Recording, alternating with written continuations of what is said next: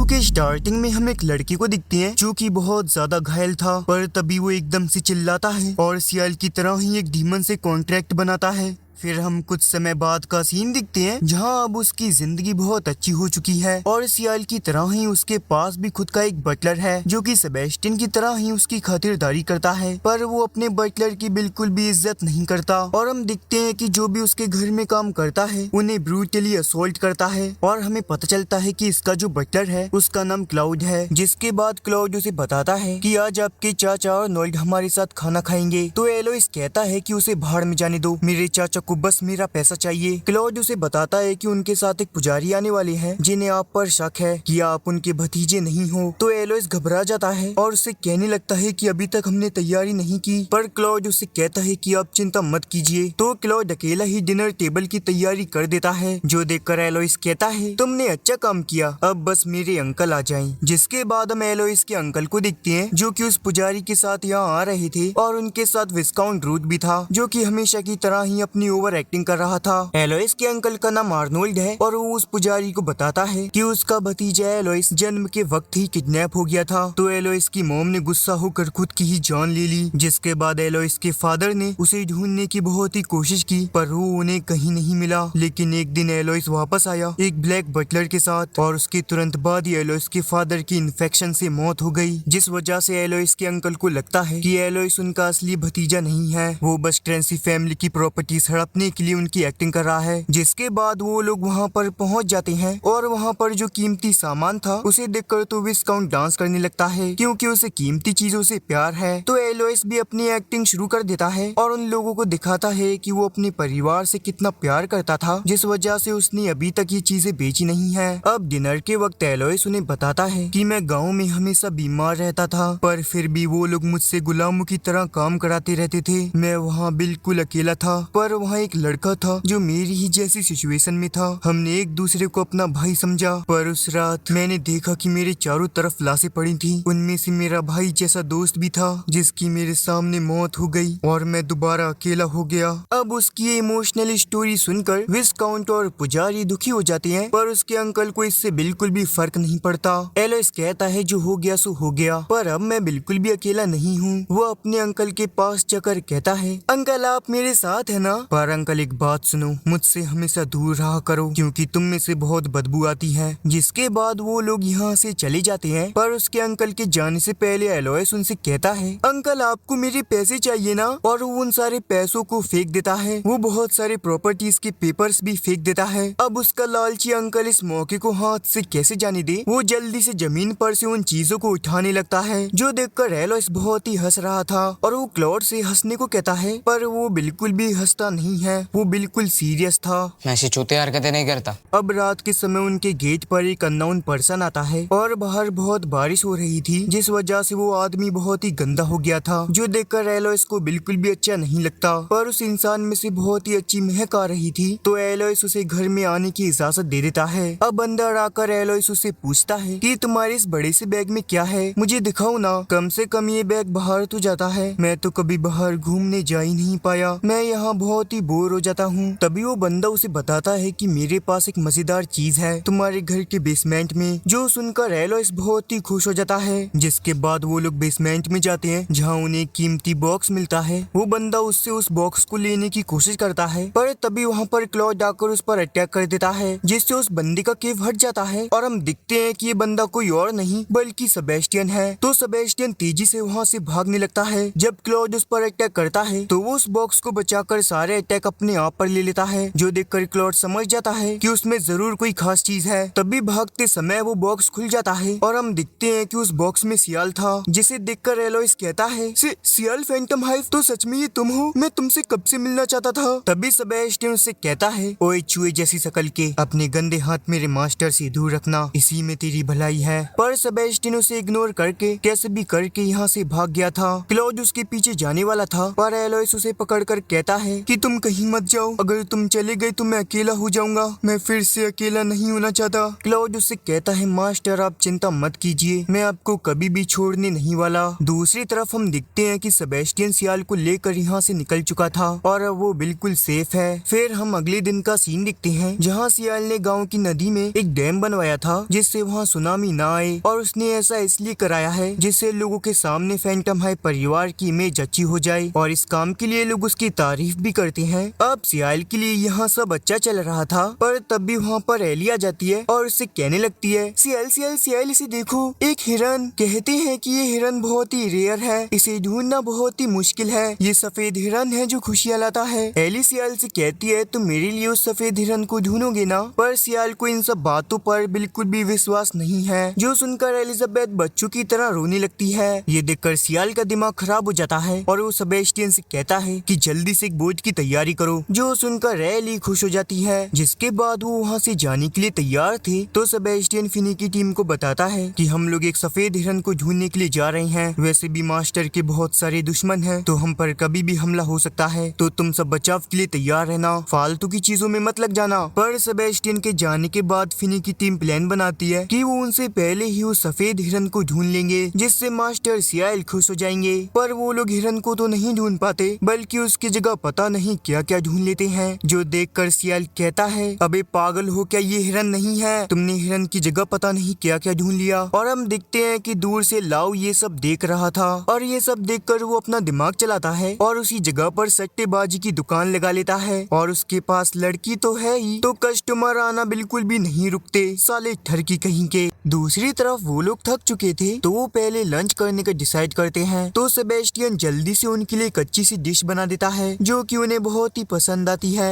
Lunch करने के बाद वो फिर से हिरन को ढूंढने के लिए निकल जाते हैं, पर सियाल बहुत ही परेशान हो चुका था तो वो एली को यहाँ से चलने को कहता है, पर एली अभी भी रुकना नहीं चाहती थी। पर कुछ समय बाद वो लोग सफेद हिरन को ढूंढ लेते हैं, जो कि कुछ और नहीं बल्कि एक पहाड़ी आकृति थी जिसने नेचर की वजह से एक हिरन का रूप ले लिया था। अब ये देखकर वो लोग बहुत ही खुश हो जाते हैं और एली की इच्छा भी अब पूरी हो चुकी थी। पर यहाँ सबसे ज्यादा मजे तो लाओ के हैं, क्योंकि उसने सट्टेबाजी कर कर बहुत पैसे जो कमा लिए थे। अब अगले दिन हम एक कपल को दिखते हैं जिनकी अभी अभी वेडिंग हुई थी और वो एक दूसरे से बहुत ही प्यार करते हैं, पर तभी अचानक से उस लेडी में आग लग जाती है, जो देखकर सभी लोग डर जाते हैं। उसका पति उस आग को बुझा पाता उससे पहले ही वो लेडी जलकर राख बन जाती है, और ये देखकर सभी लोग शॉक हो चुके थे कि अचानक से ये क्या हुआ। ये सब जानकर रानी इस केस का काम सियाल को देती है। सियाल और सेबेस्टियन जब इन्वेस्टिगेशन करते हैं तो उन्हें पता चलता है कि अपराधी एक मार्गरेट नाम की लेडी है, जो एक फोटोग्राफर की वाइफ है। वो मैग्नीशियम को हवा में छिड़क कर कैमरे के स्प्लैश से उसे जला देती है, और वो ऐसा इसलिए करती है क्योंकि जो नए वेडिंग कपल्स हैं वो उनसे जेलस फील होती है, क्योंकि उसे कभी भी अपने पति से उस तरह का प्यार नहीं मिला। पर सियाल और सेबेस्टियन ग्रेल के साथ मिलकर उस लेडी को पकड़ लेते हैं, पर गुस्से में वो लेडी खुद को ही आग लगाकर मार लेती है। पर मरने से पहले उसने बताया था कि उसने ये सब एक शख्स के कहने पर किया जिसकी आंखें गोल्डन है। जिसके बाद सियाल को एक और बात का पता चलता है कि अब से एलोइस ट्रेंसी भी रानी के लिए काम करेगा, जो सुनकर सियाल शॉक हो जाता है। अब हम अगले दिन का सीन देखते हैं जहाँ सियाल और सेबेस्टियन ट्रेन से कहीं जाने वाले थे, और एक्साइटमेंट में फिनी एक वर्कर से टकरा गया था, जिस वजह से वो बॉक्स उसके हाथ पर गिर जाता है। तभी एक आर्कियोलॉजिस्ट आकर उन पर गुस्सा करता है कि तुम्हारी हिम्मत कैसी हुई ये करने की, उस बॉक्स में बहुत ही कीमती चीज है। और वो लोग देखते हैं कि उस बॉक्स में एक मम्मी थी, जो देखकर वो लोग शॉक हो जाते हैं। तभी एक प्रीस्ट आकर उससे माफी मांगने लगता है, जिसके बाद वो लोग वहाँ से जाने लगते हैं। तो सियाल उस वर्कर के हाथ को नोटिस करता है जो कि जख्मी हो गया था। जिसके बाद हमें पता चलता है कि वो लोग यहाँ एक केस के लिए आए हैं कि ये जो ट्रेन में आदमी है इसका बच्चा किडनैप कर लिया गया है, और किडनैपर इसी ट्रेन में है जिसने कि इसे यहाँ पैसे लेकर बुलाया है। वो पैसे लेकर उसके बच्चे को छोड़ देगा, पर उससे पहले ही सियाल और सेबेस्टियन को उस किडनैपर का पता लगाना है। वो ट्रेन में बहुत लोगों पर शक करते हैं, पर उन्हें पक्का सबूत नहीं मिलता। उन्हें किडनैपर होने का उस प्रीस्ट पर शक होता है, क्योंकि भला कोई प्रीस्ट अपने हाथों पर टैटू क्यों बनाएगा। तभी वहाँ पर एक डिटेक्टिव आता है जो कि उन सबको बताता है कि हम लोग इस ट्रेन में खतरनाक क्रिमिनल को ले जा रहे हैं, पर टेंशन मत लो, वो कुछ नहीं करेगा, उसे हमने जेल में बंद किया हुआ है। पर ये सुनकर सब लोगों की फट जाती है। इधर सियाल पता नहीं लगा पा रहा था कि उन लोगों में से किडनैपर कौन है, पर तभी उसके बगल में से एक आदमी जाता है जिसके हाथ पर वैसा ही चोट का निशान था जैसा कि उस वर्कर के था, जो देखकर वो कंफर्म हो जाता है कि यही किडनैपर है। तो उसका भांडा फूटते ही वो बंदा वहाँ से भागने लगता है और जल्दी से जाकर ट्रेन के एक डब्बे को अलग कर देता है। तो सियाल सेबेस्टियन को उसके पीछे लगा देता है। किडनैपर उस आदमी से कहता है, तुम चिंता मत करो, तुम्हें तुम्हारा बच्चा मिल जाएगा, पहले मुझे पैसे तो दो। पर तभी गन लेकर उसके पीछे सेबेस्टियन आ जाता है, जो देखकर उस बंदे की फट जाती है और वो कहता है, अबे रुको भाई रुको, पहले मेरी बात तो सुन ले। वो बंदा उसे बताता है कि उसने ट्रेन में एक बॉम्ब लगा दिया था और जब ट्रेन स्टेशन पर रुकेगी तो वो बॉम्ब ब्लास्ट हो जाएगा। सेबेस्टियन जब वॉच में देखता है तो स्टेशन आने में बस 10 मिनट ही बचे थे। ये सब देखकर वो बंदा ज्यादा ही खुश हो रहा था, पर सेबेस्टियन लात मार कर उसे बाहर फेंक देता है और स्पीड में ट्रेन की ओर जाने लगता है। इधर सियाल पता लगा लेता है कि उस बच्चे को जरूर मम्मी बॉक्स में कैद किया हुआ है। वो जब वहाँ जाकर देखता है तो उस बॉक्स में वो बच्चा था, पर तभी पीछे से कोई आकर उसे पकड़ लेता है और ये वही बंदा था जिसे कि डिटेक्टिव ने जेल में बंद किया हुआ था, पर अब ये आजाद हो चुका है। इधर सेबेस्टियन ट्रेन की ओर जा रहा था और वो दिखता है कि ट्रेन स्टेशन पहुंचने वाली है, तो वो दूर से ही लीवर को प्रेस कर उस ट्रेन को दूसरे ट्रैक पर कर देता है। जिसके बाद वो उस ट्रेन के अंदर जाता है और डिटेक्टिव से सियाल के बारे में पूछता है। तभी ट्रेन वर्कर आकर सभी को इन्फॉर्म करता है कि एक ट्रेन दूसरे ट्रैक पर आ चुकी है और जो दूसरे ट्रैक का ब्रिज है वो टूटा हुआ है, जिस वजह से हम लोग मरने वाले हैं। अब ये सुनकर सभी लोगों की ओर फट जाती है कि भाई ये यहाँ क्या हो रहा है। तभी वहाँ पर वो क्रिमिनल सियाल को लेकर आता है। सेबेस्टियन कहता है कि मास्टर आप तो खुद किडनैप हो गए, बच्चे को क्या बचाओगे। सियाल उसे कहता है अपनी बकवास बंद करो और जल्दी से मुझे बचाओ, पर वो क्रिमिनल उसे लेकर वहाँ से निकल जाता है और ट्रेन में जितने भी लोग थे वो सेबेस्टियन से उसकी मदद करने को कहते हैं, पर सेबेस्टियन उनकी मदद लेने से मना कर देता है और सीधा ट्रेन के ऊपर जाता है जहाँ वो क्रिमिनल था। तो बिना टाइम वेस्ट किए सियाल को बचा लेता है और उस क्रिमिनल को फेंक देता है। अब उसने सियाल को तो बचा लिया था, पर उसे बॉम्ब के बारे में याद आता है, तो वो जल्दी से एक ट्रेन के डब्बे की छत को उखाड़ देता है और हम देखते हैं कि इसी पर बॉम्ब लगा हुआ था और वो उसे फेंकता है, जिससे वो बॉम्ब हवा में ही ब्लास्ट हो गया था। अब उसने सियाल और पैसेंजर को बॉम्ब से तो बचा लिया था, पर अब बारी है ट्रेन को रोकने की। तो वो जल्दी से ट्रेन के सामने जाकर उसे एक हाथ से रोकने लगता है और ज्यादा मेहनत किए बिना ही वो उसे आराम से रोक देता है। सियाल उससे आकर कहता है, चलो तुमने अच्छा काम तो किया। और हम दिखते हैं कि इस ट्रेन में क्लॉड भी सफर कर रहा था। वो सेबेस्टियन को एक लेटर देते हुए कहता है, तुम मेरे मास्टर एलोइस पर इन्वेस्टिगेट कर रही हो ना, तो लो इस बार अच्छे से आना गेट के सामने से, तुम सियाल फैंटम हाइव को रिवेंज लेने में मदद कर रही हो ना।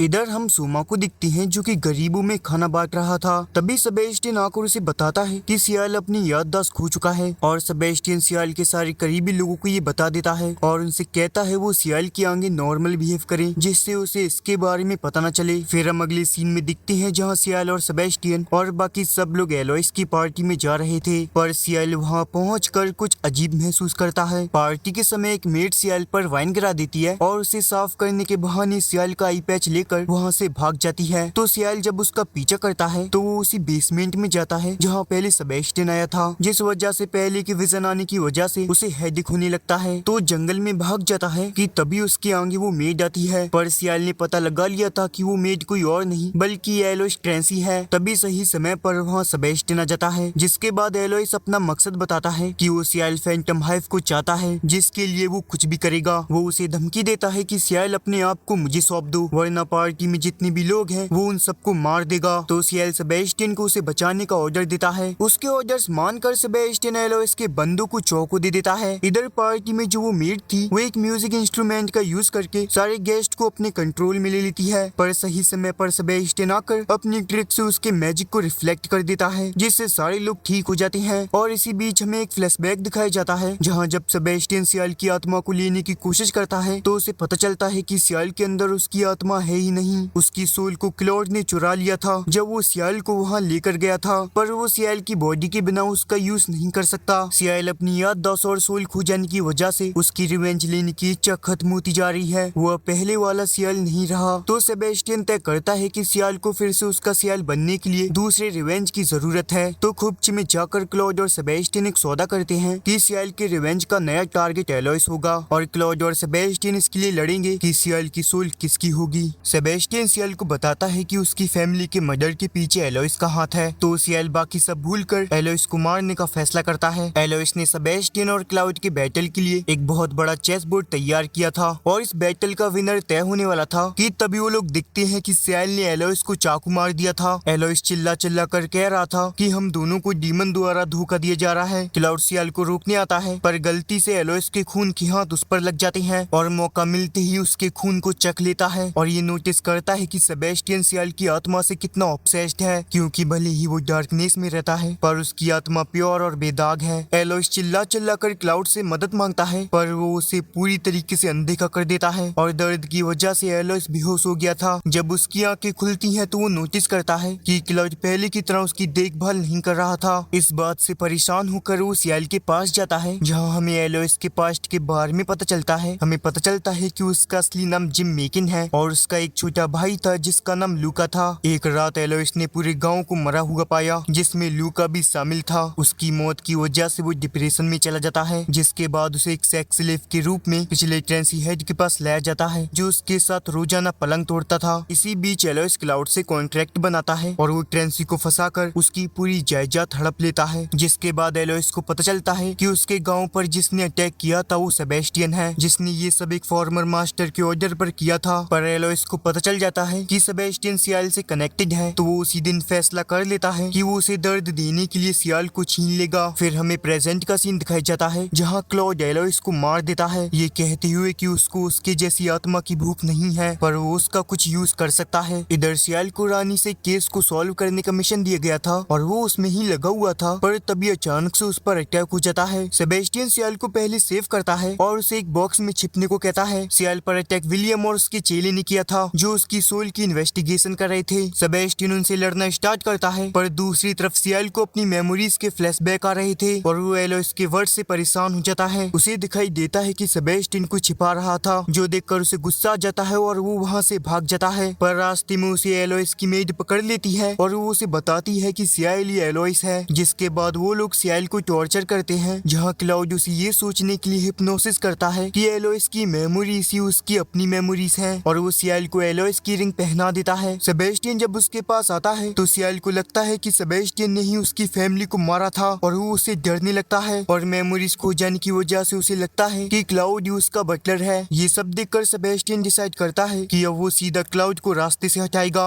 इधर क्लाउड सियाल को सेबेस्टियन के साथ कॉन्ट्रैक्ट तोड़ने और उसके साथ एक नया कॉन्ट्रैक्ट बनाने को कहता है, पर सियाल उससे इसके लिए मना कर देता है क्योंकि वो अभी तक सेबेस्टियन को अपनी यादों से नहीं बुला पाया था। इधर हम सेबेस्टियन को दिखते हैं जो कि एलोइस के विलेज आया था, जहाँ जाकर उसे पता चलता है कि लूका डिस्ट्रक्शन के लिए जिम्मेदार था। उसने अपने भाई के विलेज की डिस्ट्रक्शन की इच्छा पूरी करने के लिए एक डीमन के साथ कॉन्ट्रैक्ट बनाया ताकि विलेज के लोगों के बुरे बर्ताव के लिए बदला लिया जा सके। फिर कॉन्ट्रैक्ट पूरा होने पर उसकी आत्मा खा जाने की वजह से उसकी मौत हो गई। प्रेजेंट में जब सियल हाना के साथ होता है तो वो अपना मुंह खोलती है, जहाँ अंदर सियल एलोइस को देखता है और डर कर वहीं पर बेहोश हो जाता है। जैसे ही सेबेस्टियन और क्लाउड अपनी डील को तोड़ते हैं, सियल अचानक से सेबेस्टियन को बुलाता है और एक टावर से कूदने की धमकी देता है। सेबेस्टियन को पता चलता है कि एलोइस की आत्मा ने सियल को कंट्रोल कर लिया है। हाना कहती है कि उसका मास्टर वापस आ गया है। हाना सेबेस्टियन और क्लाउड को एक मेस में डाल देती है जो वास्तव में एलोइस के दिमाग की भूल भुलैया है। उन्हें टावर पर पहुंचने के लिए उसके सवाल का जवाब देना होगा। तभी सियल की यादें धीरे धीरे वापस आने लगती हैं और उसे याद आता है कि उसका रिवेंज वास्तव में पूरा हो चुका है। तो भूल भुलैया उसके दिमाग को रिफ्लेक्ट करने के लिए बदल जाती है। वो पूछता है कि सेबेस्टियन ने उसकी आत्मा को क्यों नहीं खाया। सेबेस्टियन बताता है कि उसने बैटल में कॉन्ट्रैक्ट के सील वाला हाथ खो दिया था और उसने क्लाउड को सील की आत्मा चुराने का मौका दिया।